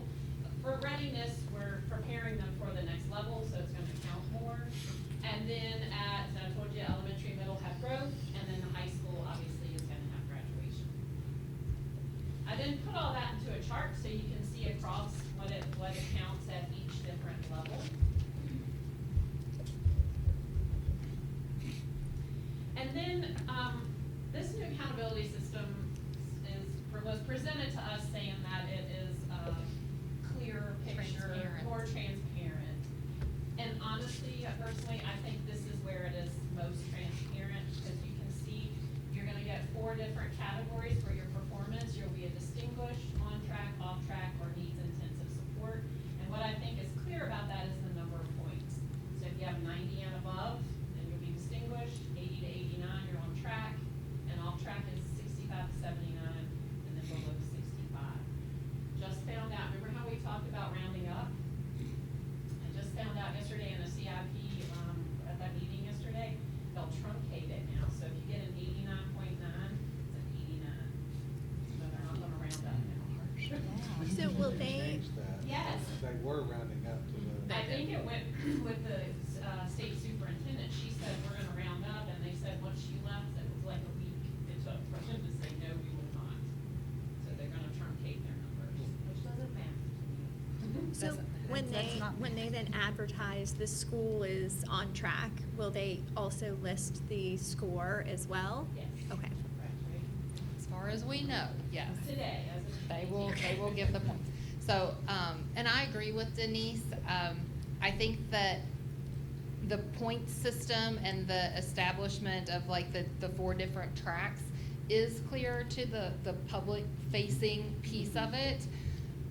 The algorithms behind it, I think, are more complicated. So trying to determine where you're going to end up in the point system, I think has gotten more complicated.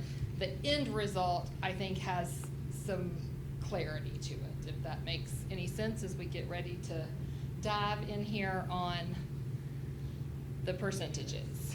Yeah, I'll make it, thank you.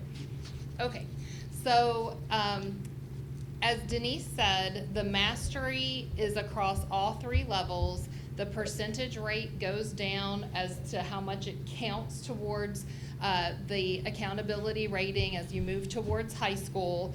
But these are our traditional testing percentages that we're looking for with, you know, the pass advanced, and the points that are assigned to those.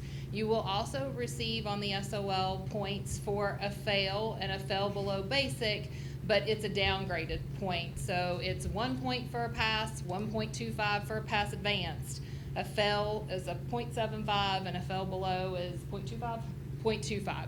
So you're earning points along the way, but they're weighted points as we move through the system. So our SOL tests, reading, math, and science, and also the VAP tests that are associated with this, each have a weight. So reading and math is weighted more heavily than science, and you'll notice that those percentages also change as you move towards high school. The science is the one that stays consistent at 10% across all 3, and also the progress in achievement in English language is also 10% across all 3.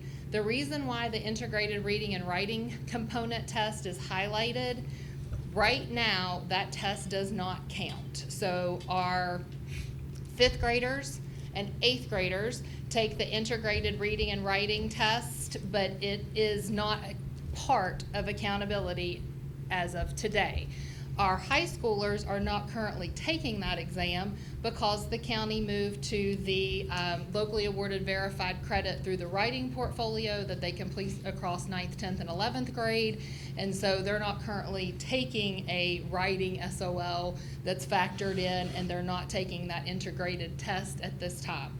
If the state says it's going to be part of accountability, we'll have to work to factor that in and make adjustments as we learn more. So we have the test in use at 5th and 8th grade, but it's not counting towards accountability. Then we have the section on readiness. Again, the percentages are changing at each level.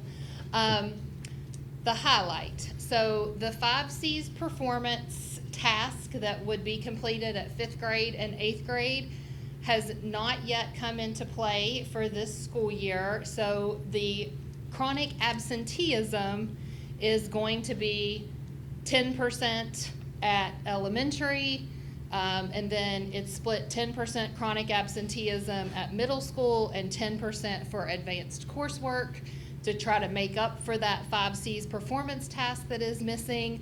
I know in some of the literature that's provided by VDOE and that I shared in the packet posted to board docs, it says that they were piloting those performance tasks this past school year. I am not aware of those pilots. I have not heard anything about those performance tasks being rolled out. Warren County is definitely not part of the pilot, but I haven't heard anyone else mention it either. So I don't know where they're at in the development of that performance task other than it's on the accountability framework. But I do not know when those are coming or what stage of development that they're in. The readiness at the high school, you still have chronic absenteeism there at 5%, but then you start getting into the extended year graduation rate and that Ready for Life 3E framework, which makes up 25% of that readiness piece of high school. The 3E framework, I think this is probably one of the more detailed pieces of the plan at high school, so chime in. The 3 E's stand for enrollment, employment, and enlistment. Let me clear up enlistment first. Enlistment is not number of students enlisting in the United States military. It is, if you give an ASVAB test, points are assigned based on score categories. So it is about ASVAB testing. It is not about actual enlistments into the military. I just think they do a third E. They did. So they went with enlistment, but it is about the ASVAB test, not about enlistments into, which, like I say, is a little bit, I mean, you think enlistment, you think enlisting in military, and absolutely we should get points for those students that are enlisting in the military. And then, so the enrollment piece deals directly with our dual enrolled and AP courses. Again, there's point values associated with how many credits students are earning.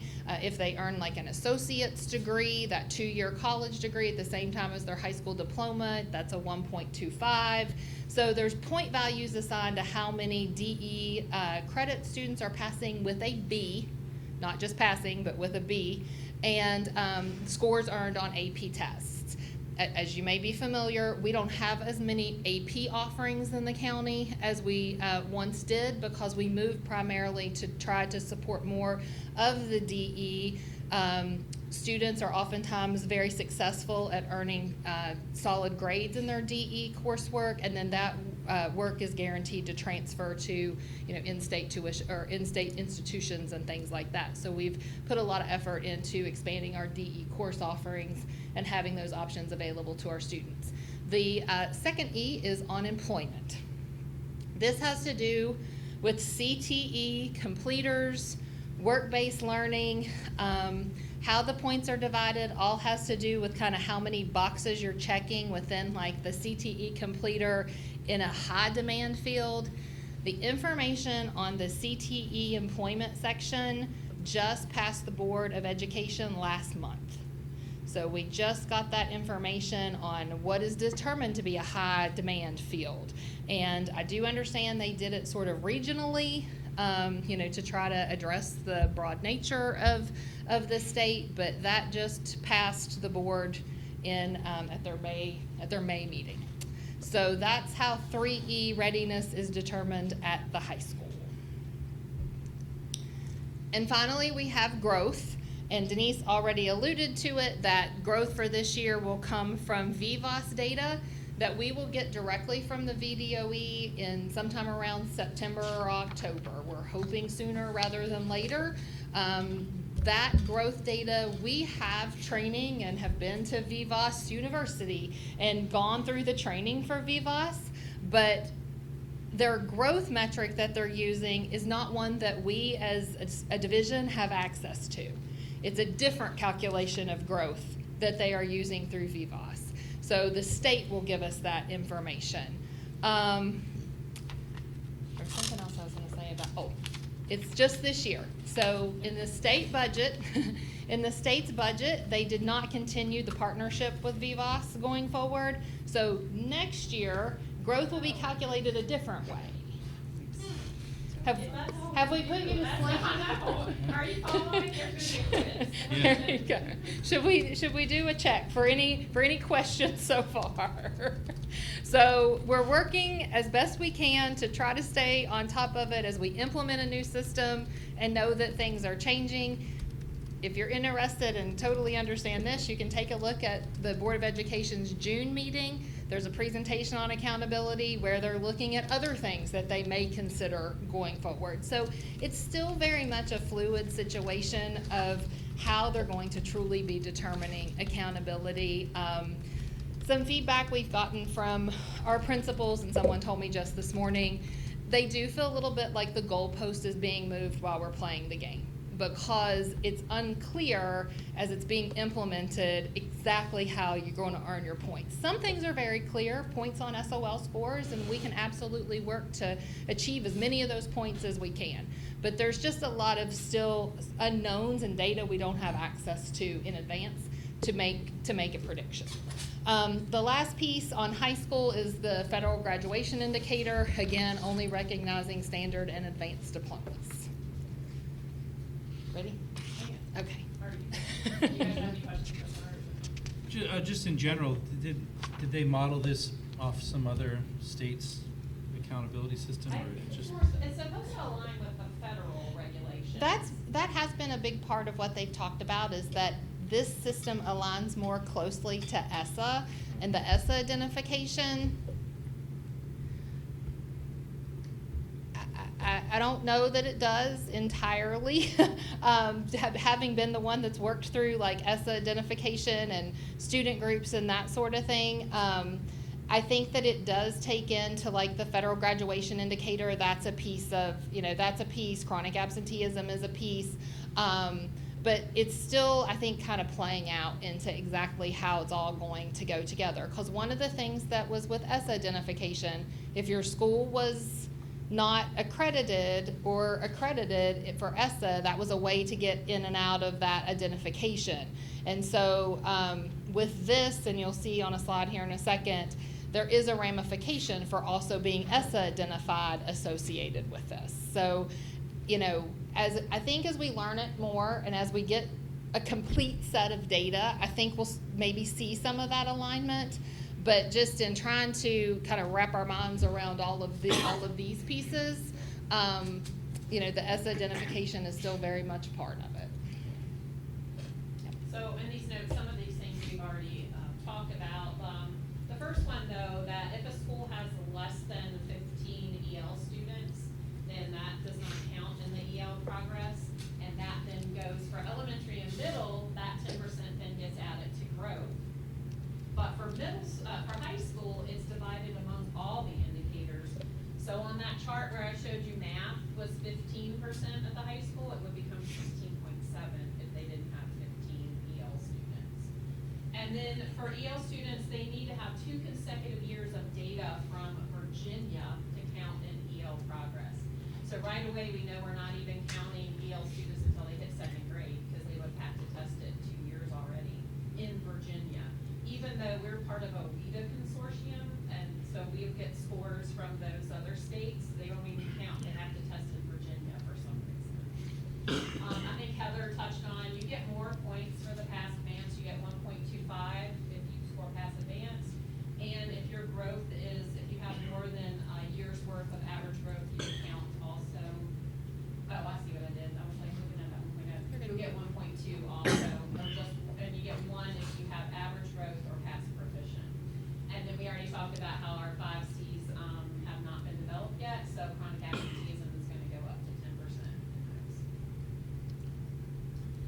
Just to show you what would it look like with our data from 23-24. In the current system, we had 4 schools that were accredited, and then 5 of them were accredited conditions. In the new system, 6 schools would be on track, and 3 schools would be off track. That's based on last 23-24 school data, All right. So with the upcoming year of accountability, the thing we have to keep in mind is that this new accountability system requires us to change our mindset.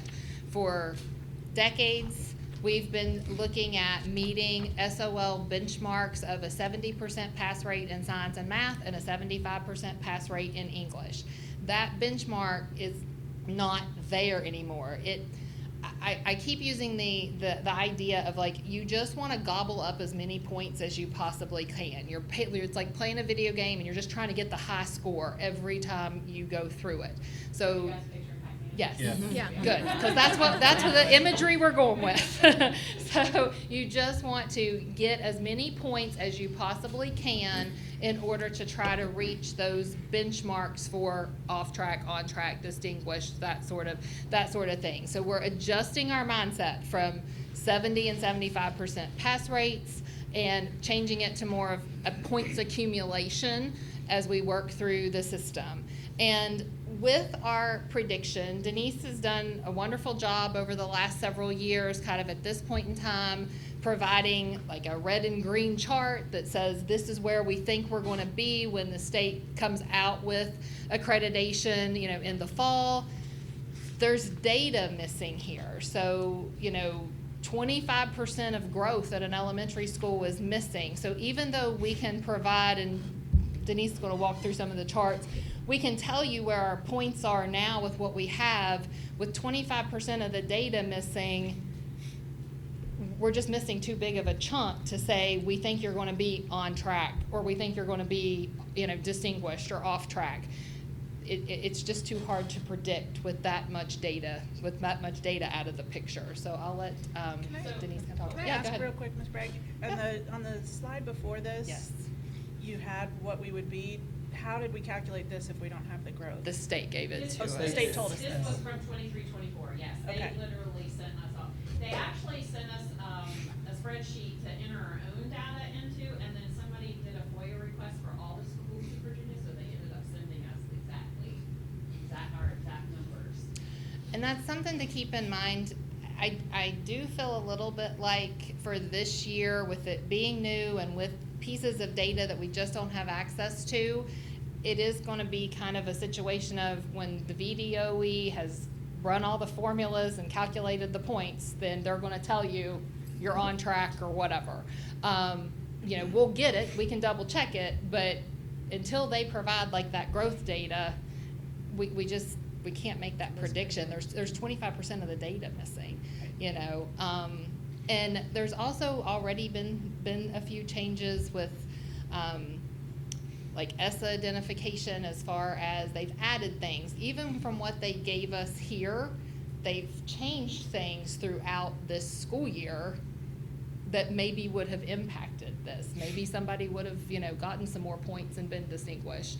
I think of the 3E framework passing just last May. So our high school data, could potentially have looked different. We could have had more points. Maybe we would have had less points. So even from what they provided last year, there's been updates and changes throughout this year. Are we expecting that they're going to give us this for 24-25?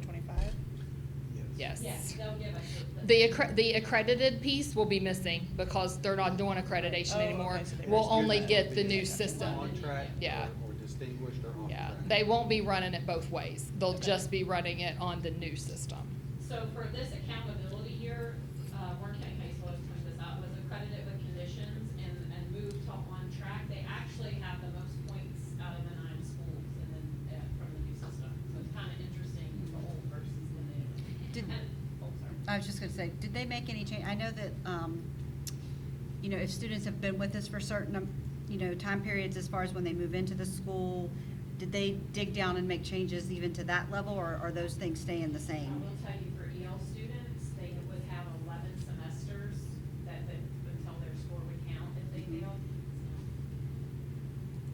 So, We'll get a student brand new to our country, and Right. we'll have 3 semesters. Versus typically 11. we had the 11, yeah, because those are some of the things I was just thinking Yes. about. Well, not 3 Yes. semesters, 3 tests, right? 3 semesters. Oh, that's right, it'll be. Yeah. Because it Yeah. went from 11 to 3, which is. That's a huge change. And especially, I think, for our older, like, high school EL kids, you know, who are coming in and they're having to take those tests, and, you know, they may not have a command of, you know, the English language yet, because they just arrived here, and they've got 3 semesters to, you know, master the language and pass a biology test. So it's, you know, it is a quicker turnaround on ELs. I do want to point out too, we didn't have this in our presentation, but for high school, all the data is based on the cohort, the graduation cohort. So all the testing that both high schools did this year, I don't want to say doesn't count, because it will eventually, but it doesn't matter, but it's not, it's gonna be based on the class of 2026 and what their math pass rate was, and it's everything about that graduating class. So they're not looking at, like, the math SOLs for 9th graders, doesn't count for anything.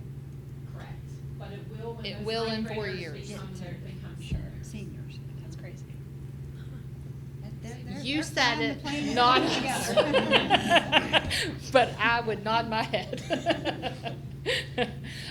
Do you want to talk a little bit about these data tables? So Heather and I were preparing for this, we started pulling all the data in, and we started with the school A, and we got down here, we were gonna come tell you guys, you know, okay, right now they have 60 points.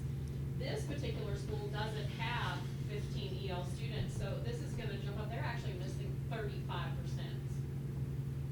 Because growth will jump up, and they'll have to add that 10% in there. So we're Because they coming. don't, sorry, just to clarify, because they don't have enough EL students, that percentage now folds into growth. So now we're missing 25% growth for everyone and an additional 10 for the school, because they don't have 15 EL. They don't have that students in magic the number. category. Yes. So we're Because missing all of 30. those categories have to have a magic number, correct? Yes. So we're missing 35% of their data. Okay, so we had that, and then we were like, okay, this pass rates, like the raw pass rates right now. Let's go to the thing. For this school, their math pass rate's an 82, reading 79, and their science is a 93, okay? Then we move to the next school, and this school has 58 points, which is close to school A, but these are the pass rates right now for school B. So we were kind of torn, like, we didn't know what to come here and to tell you guys, because they're still missing 25%. Right here, they're missing their 25%. We can't, right now, they're both below 65, so they're in that, you know, needs intensive support, but we have a big chunk missing. What's their timeline to have all this definitive? September, October. October. After work? Yeah, I know, 24-25 school year? So it's just frustrating, I know, because as building level administrators, central office administrators, you don't have a lot of solid data to base where your PD needs to go, where your, you know, So- support systems need to be in. So what we are encouraging, and we're in that process now as we plan for next year, because we're not waiting until September or October to start Right. next year's plan, utilizing the raw scores. So, you know, in spite of accountability, a 65% reading needs improvement. Right. So use your raw scores. We have the raw score SOL data now. You know, it hasn't been it doesn't include the VAP scores and that sort of thing, but we have essentially the bulk of our data, available to us as far as like where we are on pass rates and things like that. Use that raw data, look at 3-year trends, dig down on the student detail by question that is provided out of, the SOL exams. Where are our kids struggling? One glaring thing in science for the division and every school is we're struggling with higher level questions. That means that the rigor of the questions we're asking in the classroom has to increase. We're crushing low level questions, but when the students have to do something more advanced with the material, they're struggling. And that can be addressed, in the classroom, in instruction, with assessments that, rise to that level of what the students are being asked to do. So that's going to be part of our division focus in science, and, we'll have all that for math and reading as well. But, the ability to hand a red and green chart, we feel like has sort of evaporated because we just don't have, we're missing chunks of data that's going to impact this. And, one other thing is the ESSA identification, which I mentioned earlier. If a school is ESSA identified, they automatically drop one performance category. So you can be on track, but if you're ESSA identified for students with disabilities or multi-race or white students, some of the categories that our schools were identified last year, you're automatically going to drop one performance category. On track to off track. So this accountability system doesn't have anything about the subgroups like accreditation used to, but that's where It gets caught up in ESSA. Was that incorporated in the one before? I don't think so. I don't think so because Warren County Middle School would have dropped to off track because they're ESSA identified. So I'm not sure that it did. And that's what I'm saying about even from what they provided last year, they've added and changed and readjusted and, But it's supposed to mirror more of ESSA. Right, so so are you being doubly punished if you're ESSA identified? I don't know. And that's another thing, ESSA identification will not be out until the fall. I mean, that's usually a September, late September. It's come out then because it was based on accreditation. So the state had to certify accreditation because that was a way to get out of ESSA identification. So That plane's just going everywhere. we're off, yeah. There's some pieces. There's some pieces, but it is, and we say, on June, what is the date? 18th, and I mean, it's said sort of tongue in cheek, but it's true. I mean, this is where it is today. And it may be different after the June board meeting. Just keep us updated as Yep, we go. absolutely, and we're happy to answer, any questions along the way. I did provide the information from the VDOE just so that you have it available. There's also a 79-page handbook that we can share. But, we're happy to do all that waiting for you if you have questions. But we just wanted to fully explain why you're not seeing a red and green chart like you have in the past and the rationale behind it. Is the 79-page handbook still changing as well? Yes, because actually It came out in March, by the way, end of March. Well, so I did a training on this, and I'm like, wait a minute, there's been so much There's a thing change. here about, I was showing Heather, because it says that, there's about CTE, and it says, I was curious why they actually put a date in there about CTE when it was approved, and it was like, was it April? April. And now it's been changed again in May, based on board approved, it's August, okay, based on board approved in August 2024, but that has since changed in May, so. Well- But if you, shoot me an email if you would like a copy of this, and I can send it to you. When they finish it, I would love to have a copy, but I don't want to waste a bunch of paper having you print out a 79-page document and then it's changing. And like I say, there is potentially more changes to come at the May board meeting, June board meeting, Okay. obviously don't know what that is. There is, there's a slide on there about whether or not they're gonna put history back into accountability, which they took out of accreditation several years ago. But the General Assembly just passed a law that said we can move to performance tasks at Virginia Studies and Civics and not do an SOL test anymore, and how would they account for that? So there's a little bit of left hand, right hand, not on the same page between even things the General Assembly has passed and what accountability is proposing. There are several divisions that have sent, we have not, but there are several divisions that have sent some pushback to VDOE on including some of the changes that are part of the June slide deck.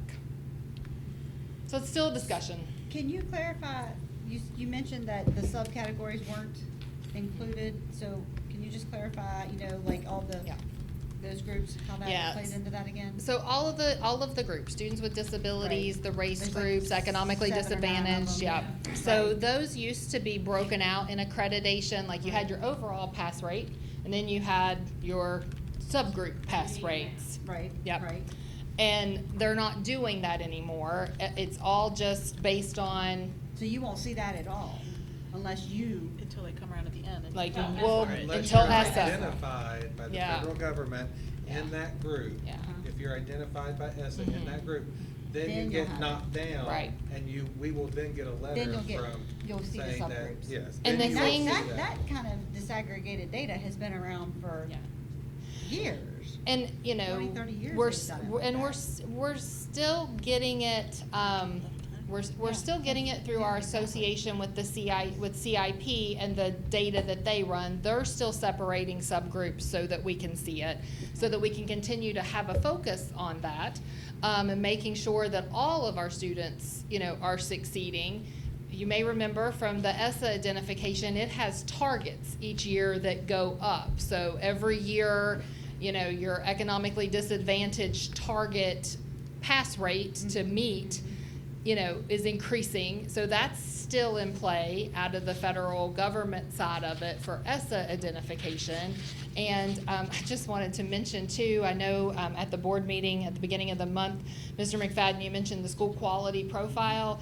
In the slide deck for June's meeting, that page is run on WordPress, which is no longer supported. So they'll be revamping the entire school quality profile page as well for the entire state down at the DOE. So Well, that they're keeping busy. they're busy as bees.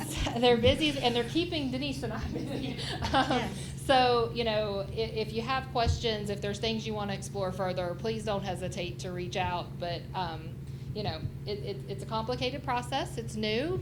We'll learn it. I think once we see a full slate of data, it might be a little bit easier to understand, and kind of see how the points play out. But, we're focused on instruction. We're focused on improving instruction and gobbling up as many of those points as we possibly can. Questions? More questions? Well, for as confusing an adventure it is, you did a very good job of explaining it, the overarching thing. You get your license plates as Pac-Man. That's right. So- That's right. Yeah. Absolutely. Well, please don't hesitate to reach out to either one of us. Thank you. Thank you. Thank you. Okay, could I please get a motion to go into closed session? Yes, this motion is made that this open public meeting of the Warren County School Board become a closed meeting pursuant to Virginia Code Section 2.2-3711. The school board desires to discuss the following matter in a closed meeting. Section 2.2-3711A1, discussion, consideration, or interviews of prospective candidates for employment, assignment, appointment, promotion, performance, demotion, salaries, disciplining, or resignation of employees of the school board, specifically the personnel report, the personnel report addendum, and discussion on the appointment of an interim superintendent. Is there a second? I second it. Could I have roll call, please? Mrs. Lowe? Aye. Dr. Funk? Aye. Madam Chair? Aye. Mr. McFadden? Aye. Mrs. Salins? Aye. Thank you. And can we have 5 minutes? Are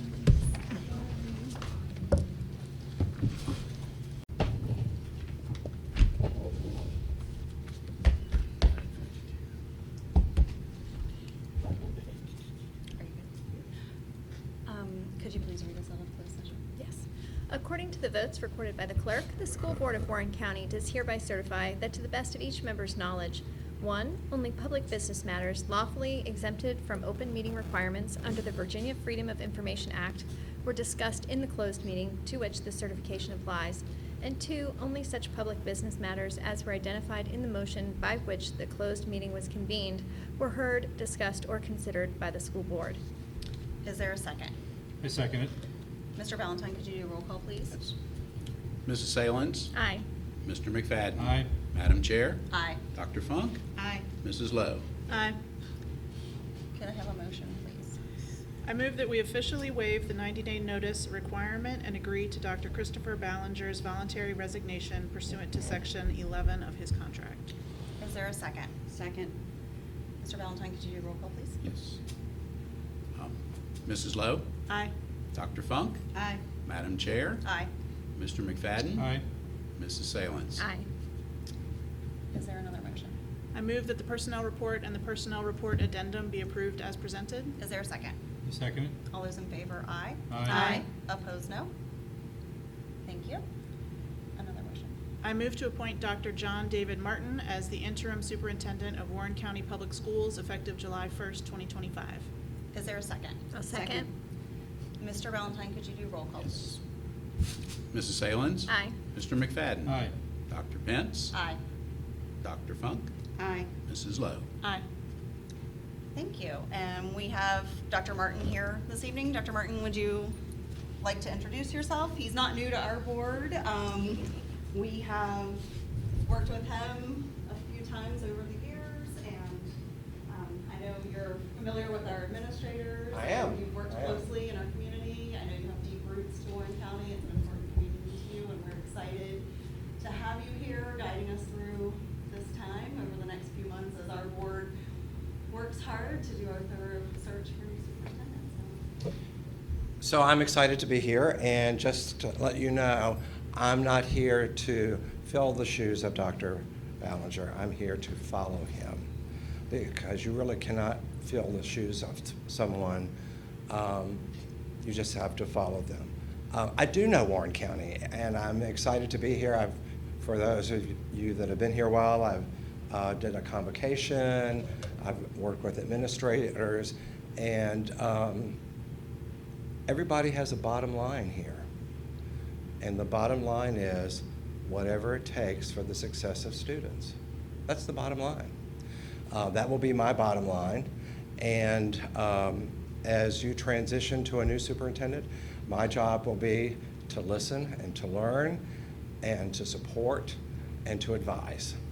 And I think if we can do all of those and to communicate what's going on with the community, with the board, with teachers and parents, I think you'll find I like to communicate, and I like to talk, so I'm really looking forward to it. And thank the board for your faith in me in this next chapter for Warren County Schools.